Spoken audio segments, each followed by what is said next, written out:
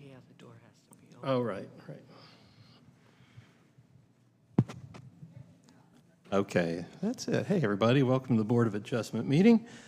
The Board of Adjustment of the City of Gun Barrel City, Texas will meet in a regular meeting in City Hall Council Chambers located at 1716 West Main Street, Gun Barrel City, Texas, on Monday, July 28th, 2025 at 4 p.m. I'd like to call this meeting to order, and we'll start with a roll call from my left. Alexander here. Tracy here. Sikora here. Weller here. Bayless here. All right. Before us today, we have some new business. It's to consider approving a request from Cedar Creek Church of God involving the property located at 142 Rodney Drive, Gun Barrel City, Texas, 75156, described as AB 758L Navarro Sur Bar H Estates, LT 25 for variance to Chapter 156.030, Single-Family Detached Residential District, R1, Section C, to be requesting approval to allow a proposed accessory building to exceed 50% of the area of the primary structure. Specifically, the proposed accessory structure will be 10,600 square feet, which is 110% the size of the main structure of the property. So I believe at this time, Brittany has some words for us to think about. Good evening. On July 2nd, we sent the public notice to the newspaper and mailed out letters to the property owners within 200 feet of the subject property. The notice of the hearing was officially published in the Monitor on July 13th. The Board of Adjustments meeting will be held today. All notice requirements under Chapter 156 of Code of Ordinances have been met. This is the 200-foot mailing boundary. I sent out 12 letters.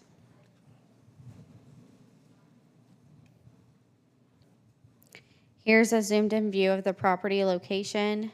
It is zoned R1, single-family detached residential, and is currently developed with a church facility. The proposed accessory structure will be located to the rear of the main church building.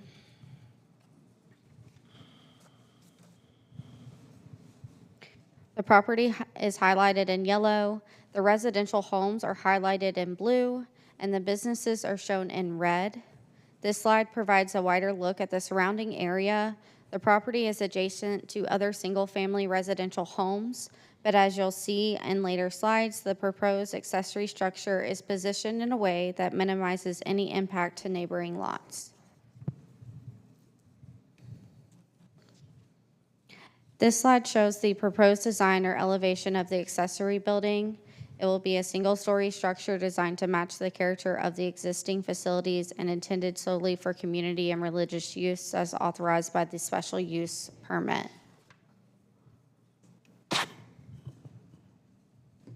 This slide references the applicable zoning district, R1, single-family detached residential. Under this zoning, accessory structures are permitted but limited in size and use. It's important to note, while the primary use, a recreational building, is allowed by a special use permit, the zoning standards still apply to accessory structures. Two key code sections apply. Section C, 2B, limits accessory buildings to be 50% of the area of the principal building. Section E, 3E, allows semi-public recreational buildings by special exception. Because of the proposed structure exceeds 50% of the threshold, a variance is required. This project satisfies the city's variance criteria. First, the hardship stems from the unique situation where a legally operating church is located in an R1 zone, which wasn't designed for this type of use. Second, enforcing the 50% rule would effectively prevent expansion of religious and community programs. There is no foreseeable harm to adjacent properties or the general public welfare. Staff recommends approval of the variance to allow an accessory building larger than 50% of the main structure. The condition of the approval is that it must be used solely as a recreational building to the church as authorized by the existing special use permit. This concludes my presentation. If you have any questions for me, also the owner is here as well, if you have any questions for them.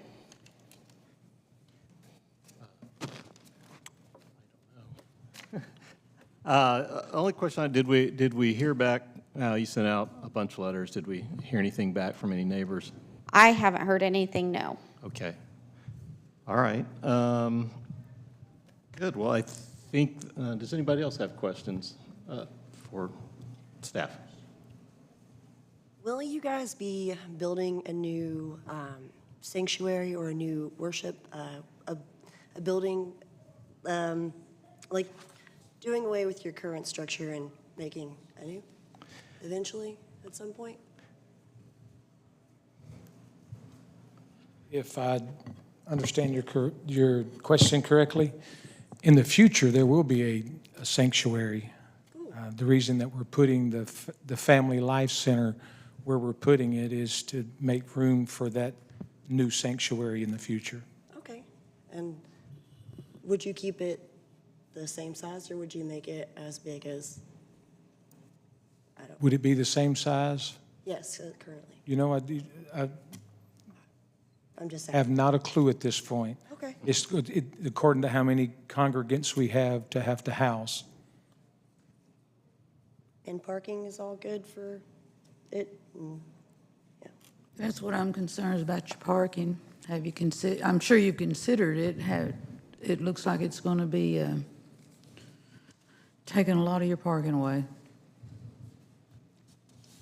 From what the architect has told me and the engineers told me, there's going to be plenty of room for parking. Am I right?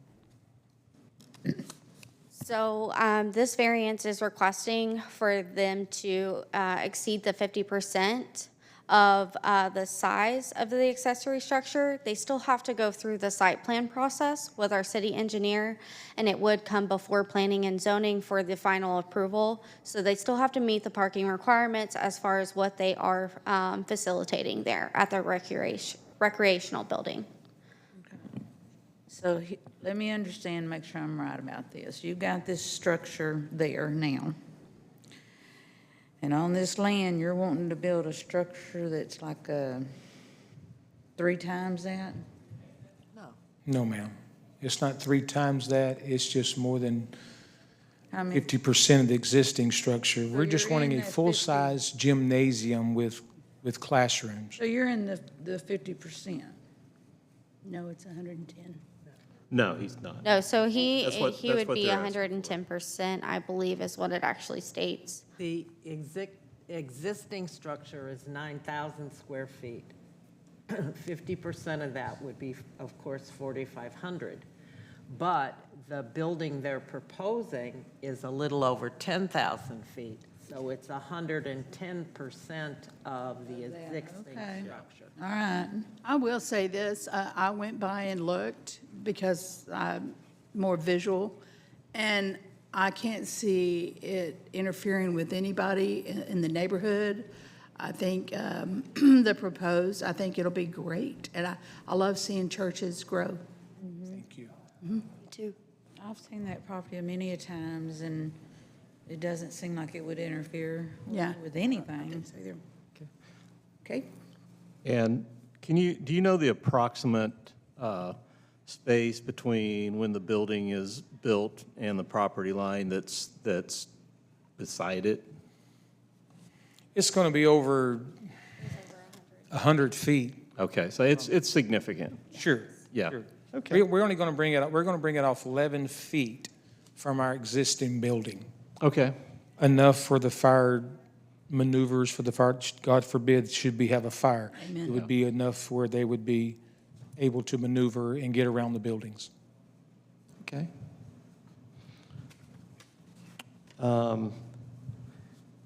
Just to add on to everything, I've heard that nothing but good things about the work that you guys do in the community, so thank you for doing that. Thank you. All right. Any other questions?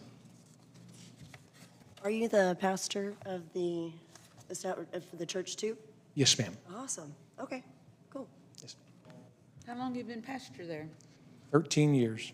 Okay, Wow. you know the land. You've seen it grow probably a lot. Well, if we are done with our questioning,